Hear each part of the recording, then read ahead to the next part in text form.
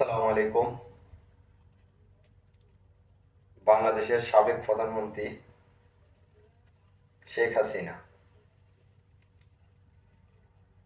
উনি বর্তমানে ভারতে অবস্থান করতেছে।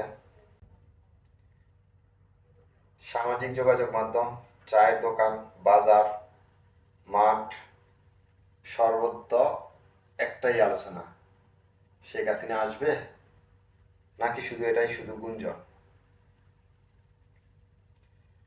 শেখ হাসিনা আসবে একথা শুনলে যেমন আওয়ামী লীগ, যুবলীগ, ছাত্রলীগ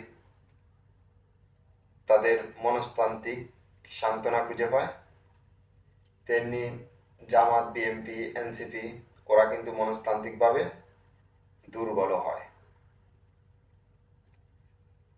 শেখ হাসিনা আশা নিয়ে আছে যেমন আইনি জটিলতা, তেমনি আছে কূটনীতি, তেমনি আছে আন্তর্জাতিক ভূ রাজনীতি। কারণ বাংলাদেশের একটা নির্দিষ্ট সংখ্যক জনসংখ্যা আওয়ামী লীগের সমর্থক, আর আওয়ামী লীগের সভানেত্রী শেখ হাসিনা। শেখ হাসিনা আসলে, দেশে আসলে তাকে হয়তো আইনের সম্মুখীন হতে হবে এখন আসলে, আবার পরবর্তীতে আসলে হয়তো হইতেও পারে, না হইতে পারে।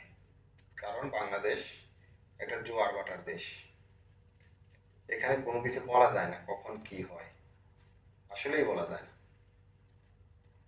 সেটা বিগত যে দিনের ইতিহাস, সেটা পর্যালোচনা করলে আমরা অবশ্যই বুঝতে পারবো। তবে রাজনীতিতে শেষ বলে কিছু নেই। শেখ হাসিনা আসলে আমাদের দেশের যে রাজনৈতিক স্থিতিশীলতা সেটা অবশ্যই নষ্ট হতে পারে, আবার নাও হতে পারে, বলা যায় না। শেখ হাসিনা আসবে, আসলে ভারতের অবস্থান কি হবে সেটা কিন্তু স্পষ্ট না বর্তমানে। ভারত কি চাচ্ছে সেটাও কিন্তু আমাদের সামনে স্পষ্ট না। শেখ হাসিনার দেশ থেকে যাওয়ার পরে বাংলাদেশ সরকার শেখ হাসিনাকে অনেকভাবে আনার জন্য চেষ্টা করছে, পরবর্তীতে ভারত দিবে না বলছে। কিন্তু ভারতের সাথে বাংলাদেশের যে বন্দি বিনিময় চুক্তি রয়েছে, সেই চুক্তির আওতা কিন্তু শেখ হাসিনাকে ইচ্ছে করলে নিয়েও আসতে পারে। আবার চুক্তিতে শেখ হাসিনাকে না দেওয়ার মতো সুযোগও কিন্তু ভারতের কাছে আছে। শেখ হাসিনা যদি রাজনৈতিক আশ্রয় চায়, এমন হলেও কিন্তু না দেওয়ার সুযোগ অবশ্যই আছে। তো আপনারা অবশ্যই কমেন্ট বক্সে জানাবেন যে শেখ হাসিনা কি আসবে না আসবে না।